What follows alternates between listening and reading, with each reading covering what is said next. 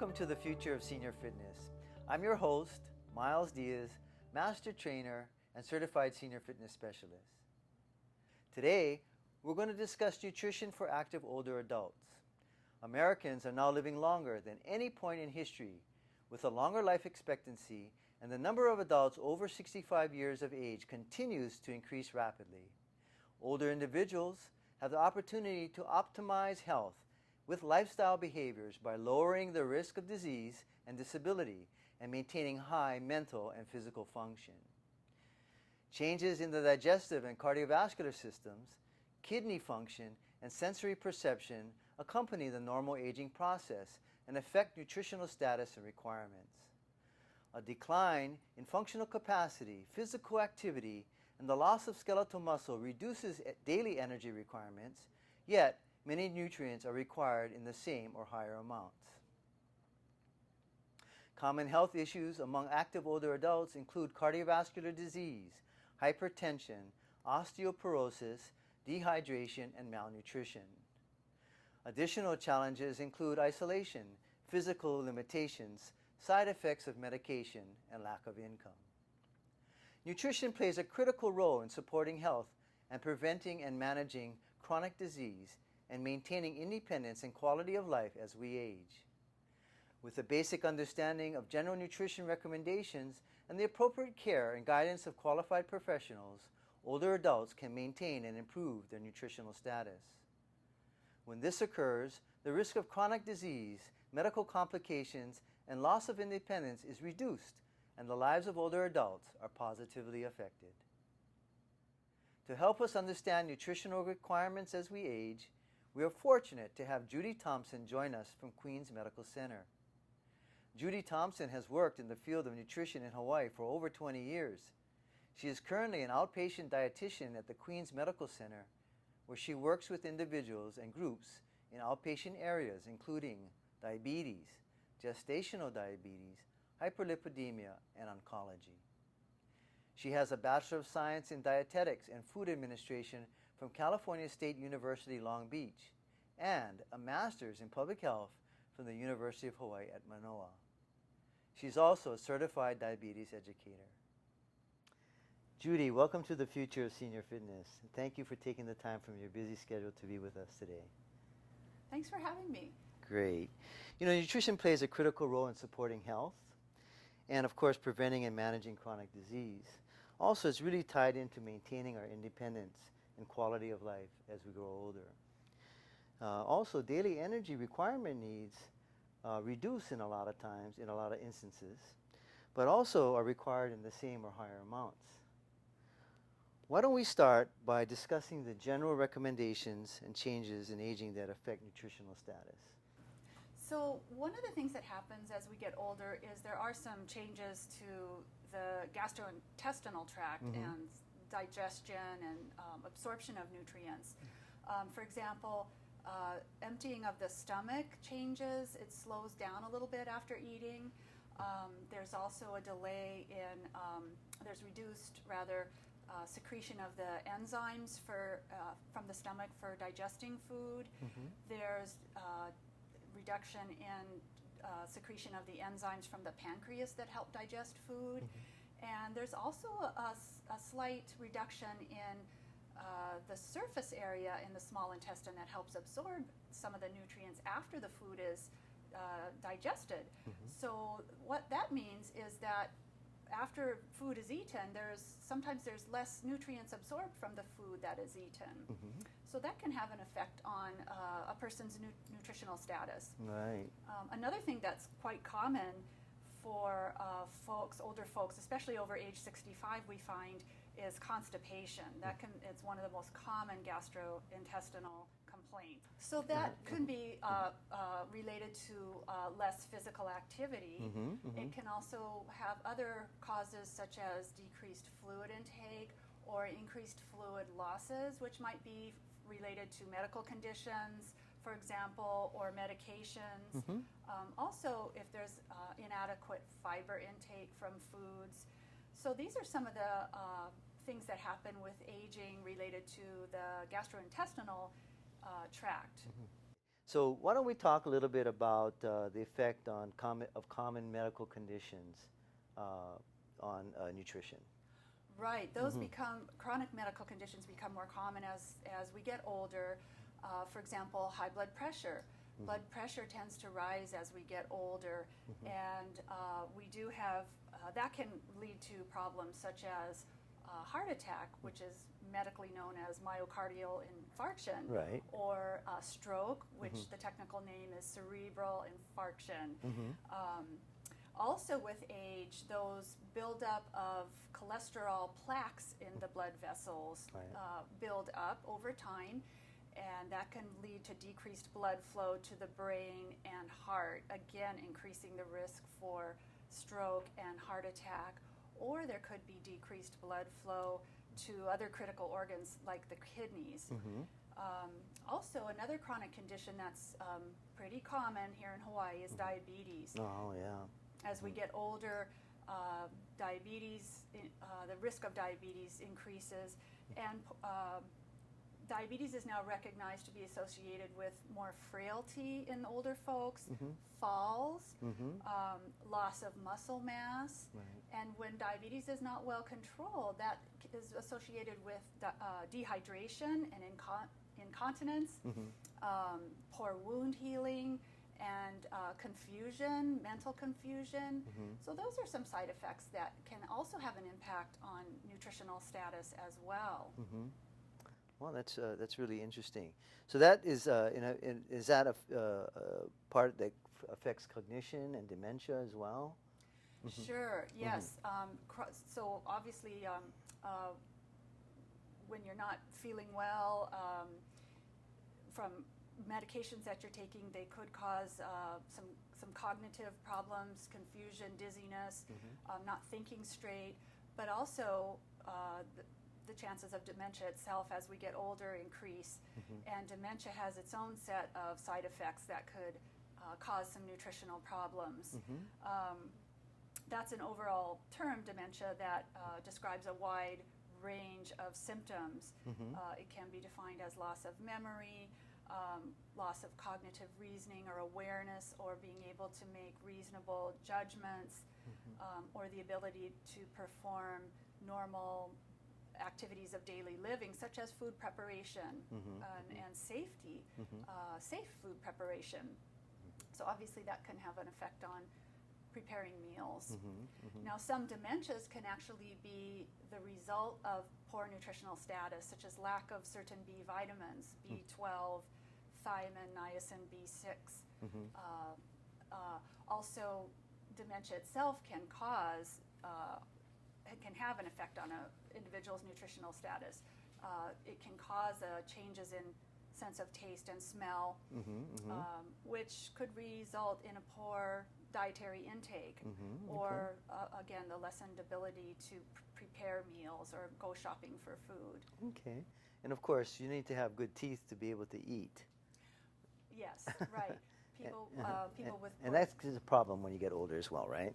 It could be, right. If someone doesn't have good teeth or good fitting dentures, unfortunately, they may tend to rely on processed foods that have that are just soft and easy to chew, or liquids that may be, refined grains that are lacking in nutrients.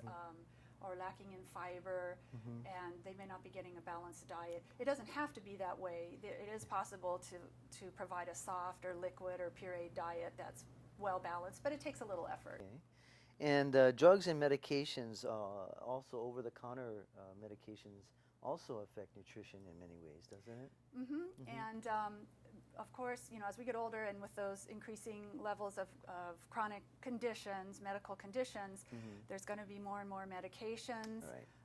Especially to battle the antihypertensive medicine, or even the high cholesterol, right? Exactly. Things you were talking about earlier. Exactly. I read a statistic that 45 to 60% of older adults are on not just one, but maybe 5 or more medications. Right. And so sounds about right. It's really hard to know how all those medications are interacting, not just with food, but with each other, and what impact that's going to have on somebody's nutritional status. Oh yeah, absolutely. In my practice, when I work with my clients, I have to take a look at the drugs they're on. It's imperative because it affects their balance a lot of times, and I have to make sure that I understand what those things are. So it makes it a little bit more, when you're working with an older population, there's a lot of things to take into consideration. Sure. Yeah. All right. Well, let's move to the general recommendations for energy requirements. And I think a lot of times, people aren't getting not enough to eat, or they're getting too little bit to eat. So let's talk about, what's a kind of a good way to start, I guess. Well, a good place to start, to know whether someone's getting enough calories or not enough calories. When you say energy, that's what we're referring to. Right, energy requirements, right?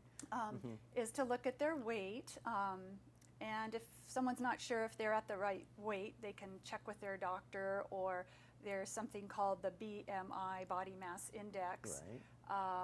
And that's just a measurement of how tall someone is, or excuse me, how much they weigh compared to how tall they are. Right. But there's different ways to know whether you're at the right weight. If you're not sure if you're at the right weight or not, just ask your doctor. But if you're at the right weight for how tall you are, then that means you're probably getting the right amount of calories. If you need to gain weight, we need to get more calories into you. And if you're overweight, we need to get less calories. And not many people understand calories, and not many people, probably 1 in 10 people, know how many calories they should be on, or pay attention to calories on food labels. If someone wants to know how many calories, and of course nobody wants to count calories, but that is something people should learn how to do if they have a weight problem, either underweight or overweight. I agree. One of the things I do with my general population clients, is I show them how to read a label, how to read it, because it's very confusing. Yes. It's like you say, I mean, gosh, this is the normal person, and then after you understand it, to go into the market and try to figure it all out. It's kind of hard. With older folks though, it's not as much. And I do agree with you. BMI is probably a good way to have older adults take a look at their weight and to talk to their doctor.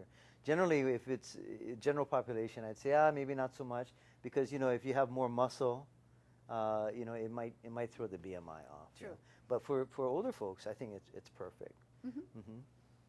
All right. So some of them need to reduce their energy expenditure, or need to increase their energy expenditure, depending upon how their body makeup is. Right. Right. We know that as we get older, the calorie needs decrease. Some of that has to do with the fact that as we get older, we don't have as much muscle as we did when we were younger. Right. Muscle is one of the things that drives calorie needs. But there is some research, correct me if you've heard differently, but some of the research has found that the decrease in calorie needs is related to just a decrease in physical activity as we get older. That's correct, and I agree. And I think that's the problem. I really, a lot of this stuff is related to that. Even strength training, as you get into being less active, that's how you lose muscle, right? Yes. That's one of the ways, right? Right, so they're very connected. Very connected, Yeah. right. Yeah. So and that's one way to keep from getting overweight as you get older, is to maintain that muscle mass. It's interesting, there is an increasing concern with some of the older folks having a weight problem, that just like the rest of the population. Right, of course. Yeah, and now it's getting down, and we're not, of course this isn't a program about our youth, but it's getting down into there now, with the high prevalence of diabetes in our youth, and is carrying on through our general population. So, so why don't we talk about the macronutrients a little bit that are needed? I don't know if you want to break it down into percentages, or maybe you'd like to refer us to a site that they can go to and see what's the appropriate amount of proteins, carbohydrates, fats, fluids, and fiber. So yeah, macronutrients are what you just said: carbohydrates, protein, and so forth. carbohydrates are basically starches and sugars for people who might not know what we're talking about. Yeah. Rice. Yeah, rice is definitely a carbohydrate. Yeah. And it's usually not hard for people to get enough carbohydrates, and at any age, even when we're older. So the trick is to try to get the right quality of carbohydrates. That's right. I always tell people not all carbohydrates are created equal. So, watch the ones you take, So yeah, so what we're looking for is, sometimes when we get older, understandably, if you've been cooking meals for 40 years, 50 years, you want to, it gets tiresome maybe to keep cooking meals, and it's easy to just rely on stuff that's quick and convenient and processed foods. Right. But try to resist that temptation. We want to maintain the high fiber complex carbohydrates. The word is whole foods, not necessarily the store, Right. but we're talking about foods that are as close in form to nature as possible. So things like, sweet potatoes, Right. whole grains, oats, Brown rice. Whole wheat bread, things like that. So you get all the fiber and all the vitamins and minerals. That's the kind of carbohydrates we're talking about. Right. Fruits instead of just fruit juice. I know. It's a hard sell here in Hawaii because everybody likes, white rice, yeah? I see it changing. You see it changing. That's good. And I see some people mixing it too, getting the hopper version in there.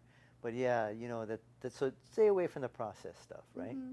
Get enough vegetables, and even if it's hard to get out and get to the store to get the veggies, fresh veggies, remember it's okay to use frozen ones and keep those on hand. They keep longer. And it's a good source of fiber too, right? Of course. Yeah. So what about proteins now? What can you say about that? Give us some good quality proteins that we ought to be having in our diet.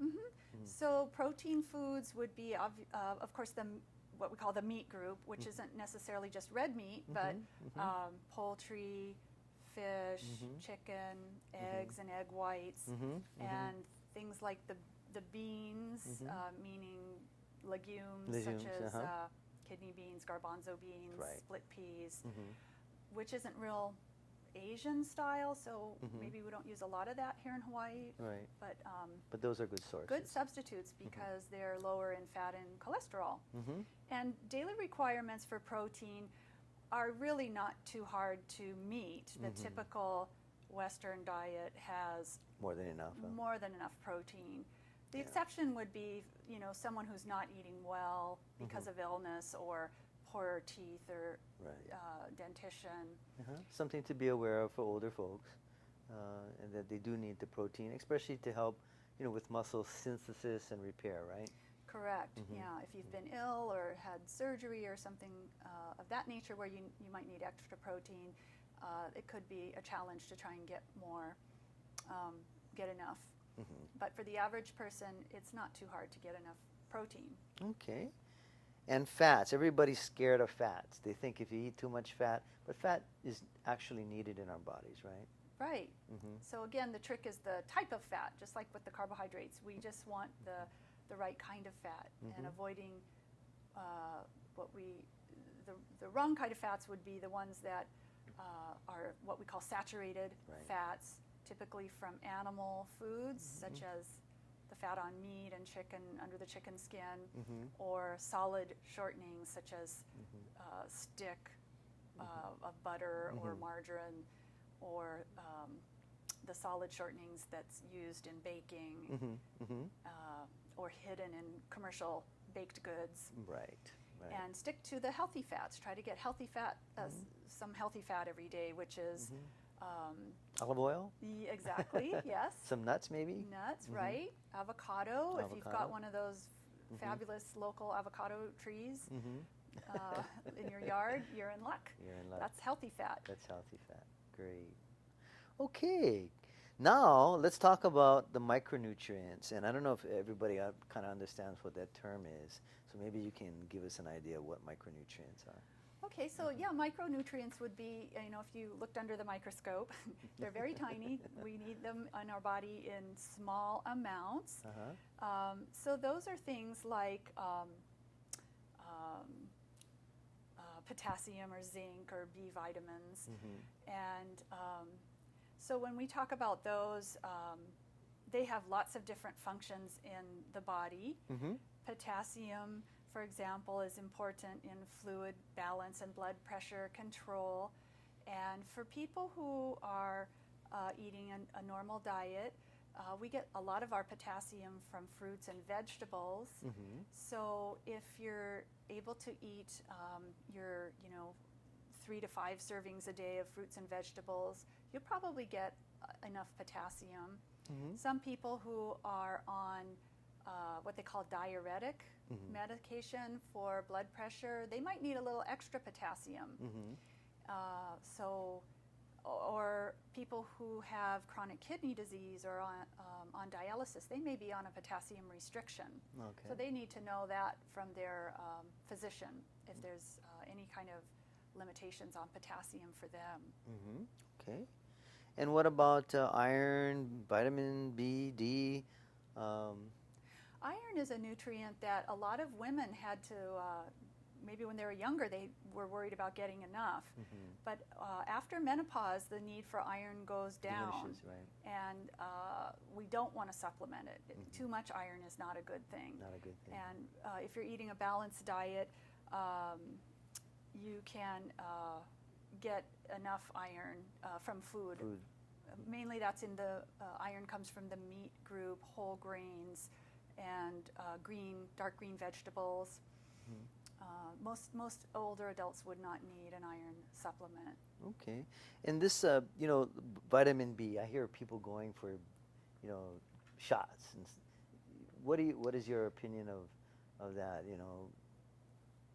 Is that good? Is that not good? Or is that even necessary? Well, again, because of the decreased ability to absorb B vitamins from those gastrointestinal enzyme changes, older adults might need it to take their B vitamin in the form of an injection. Okay. So that's something that they can work with their physician on to find out if they are low in B vitamins and if they need that kind of supplement.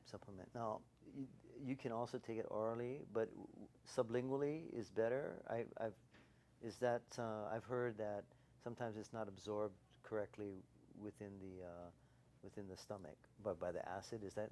Am I right? If the stomach acid isn't there, then taking it orally wouldn't be productive. Okay, Yeah. great. All right. Well, I've always heard that. As far as macronutrients go, we're pretty safe. But everybody always says, oh, you don't get enough micronutrients in your diet, in the American diet. I guess you kind of alluded to some of those things. What do you think of, again, supplementing? We just talked about doing it, with vitamin B. But what is your take on the American diet and the supplementation part? As far as pertains to older adults. So for older adults, if the intake isn't real good, or if they need to avoid, or they do avoid certain food groups, the recommended food groups for some reason, then a multivitamin might be a good idea. Great. Going beyond 100% of the daily reference intakes, which is the recommended daily allowances, the RDAs, might not be recommended for certain nutrients. So, if you're going to take high doses of certain nutrients, check that out first, because there are limits that could be toxic on certain nutrients. For example, calcium, if you go above 2,500 milligrams a day, that can cause problems in the body. Right. So be aware of what you're taking, and if there is a safe upper limit. There's a good website, we'll give you the reference on that tells what the safe upper limits are for different vitamins and minerals. Some vitamins and minerals may not we aren't aware of a limit that causes problems, but others we do know there is a limit that could cause problems if you go above it. Okay, great. So I also noticed that there are a lot of products on the market now that are, hey, if you're over 50, take this one a day, or over 60, you should, Centrum or whatever. So you think do those take into consideration those upper limits that you're talking about? Right, and then for example, they might not have the iron in them that a younger person might want to have. Okay, great. All right, is there anything else you'd like to add? No, I think for this episode, I think that covers it. Covers it. Judy, thank you so much for joining us today. Will you be willing to return for another episode to discuss nutrition guidelines for age-related health conditions? Yeah, I think we need to talk about that. Great. I look forward to that. Until next time, this is Myles Diaz wishing you the best in health and reminding you that health is your only wealth.